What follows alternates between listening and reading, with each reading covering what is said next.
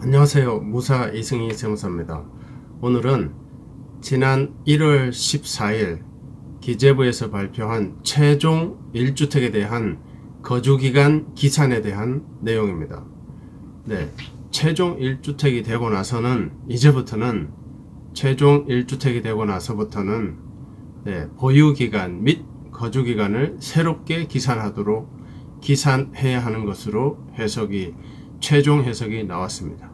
최종 1주택이 되고 나서 2021년 올해부터는 최종 1주택이 되고 나서 2년을 보유하시고 플러스 2년도 추가로 거주하셔야 비과세 기본 요건이 충족되겠습니다. 소득세법 1세대 1주택의 범위에 대한 개정 연혁입니다. 2017년도에 8위 대책이 발표되면서 취득 당시에 조정 대상 지역인 경우는 보유기간 2년에다가 거주기간 2년도 추가로 충족하셔야 비과세 요건이 완성되는 것입니다. 기본적으로 비과세 요건은 2년인데요. 2년 보유만 하면 비과세가 되는데 취득 당시에 조정 대상 지역인 경우만 거주도 2년을 하셔야 된다는 거죠. 8위 대책, 2017년 8위 대책 내용을 한번 살펴보겠습니다. 당초 발표 내용이 이렇습니다. 2017년 8위 대책이 발표되고 나서 2017년 8월 3일 이후, 그러니까 8월 3일부터 조정 대상 지역 내 주택을 취득하는 경우에는 기본 보유요건 2년에 거주요건 2년도 충족하셔야 비과세를 적용해 주겠다. 이런 뜻이 되겠습니다. 이렇게 8위 대책이 발표되고 나서 수정 발표가 있었는데요. 내용은 이렇습니다.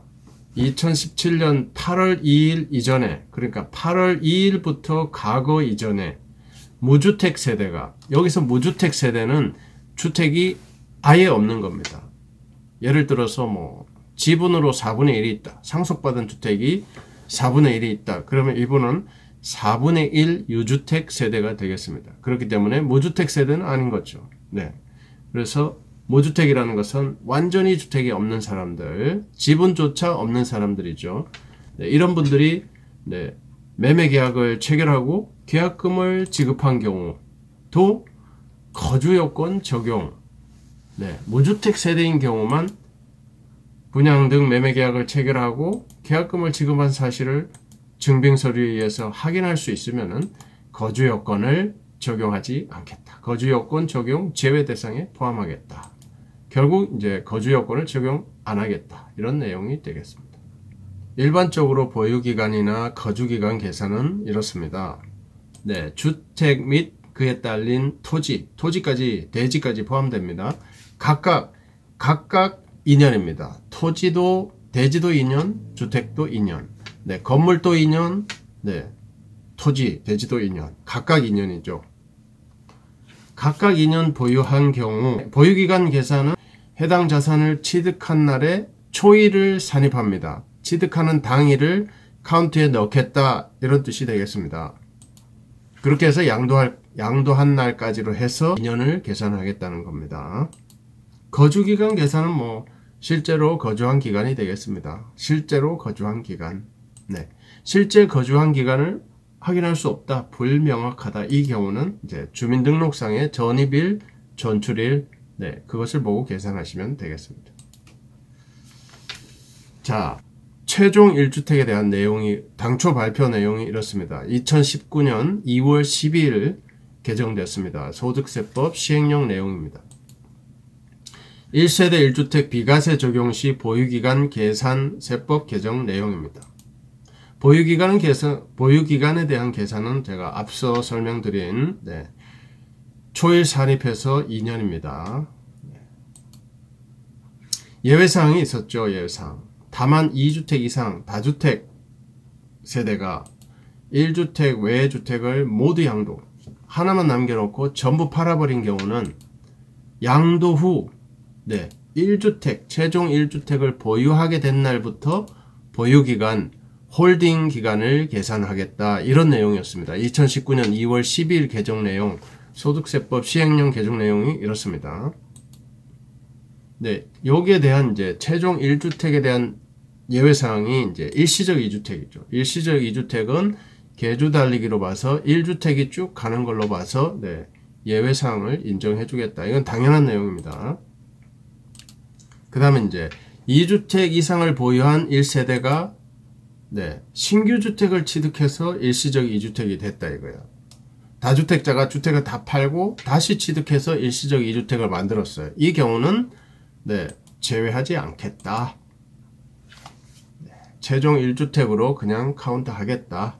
이런 뜻이 되겠습니다. 네, 2019년 2월 12일 공표하면서 이날부터 바로 적용은 됐지만 법이 공표됐지만 시행이 됐지만 실제 적용은 네, 2021년 올해 신축년 1월 1일부터 최종 1주택이 된 날부터 보유기간 기산은 네, 적용이 되고 있습니다. 이제 오늘 1월 25일이니까 네, 이제 1월 달이니까 이달부터 바로 적용되는 거죠.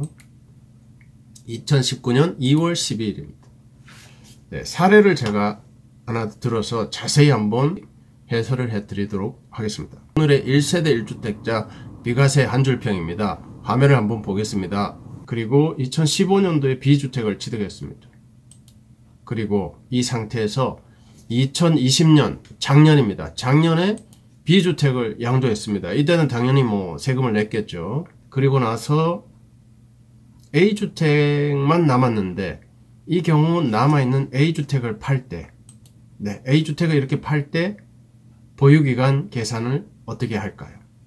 이 경우는 이제 작년 2020년 12월 24일 크리스마스에 네, 기재부 발표가 있었죠. 다주택자가 주택을 전부 팔고 1주택만 가지고 다주택자가 주택을 전부 팔아버리고 1주택만 가지고 2021년 신축년을 맞이한 경우는 예외적으로 보유기간을 당초의 취득 시기로 소급해 주겠다. 이렇게 예외사항 네, 1세대 1주택자에 대한 예외사항을 발표했었습니다. 네, 이번에는 자 같은 사례인데 내용이 살짝 다릅니다. 한번 보도록 하겠습니다. 2014년도에 A주택 취득, 15년도에 B주택 취득. 네, 이 상황에서 B주택을 이번에는 2021년입니다. 2021년도에 팔았습니다. 신축년에 다주택자로 넘어온 케이스입니다. 주택 두 채로 넘어온 케이스죠. 이 경우는 네, 내년에 2022년에 A주택을 팔 때 보유기간을 어떻게 계산할까요? 네, 이분은 이 경우에는 보유기간, 거주기간이 처음부터 다시입니다. 처음부터 2년 보유하고 네, 최종 1주택이 되고 나서 2년을 보유하시고 2년도 거주하셔야 비과세를 적용해 주겠다. 이런 해석이 이달 1월 14일에 나온 내용이 되겠습니다.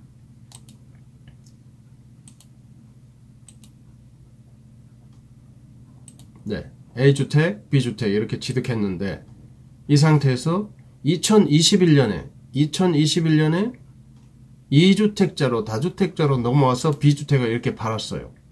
이 경우는 A주택을 팔 때 당초에 2014년에 취득했더라도 네, 이렇게 팔 때 당초 2014년도로 취득 시기를 인정해 주지 않고 네, 2014년도로 취득 시기를 인정해 주지 않습니다. 최종 1주택이 된 2021년 B주택을 팔고 나서 최종 1주택이 된 2021년부터 보유기간을 계산하고 거주기간 또한 2021년 최종 1주택이 되고 나서부터 카운트를 하겠다는 거죠.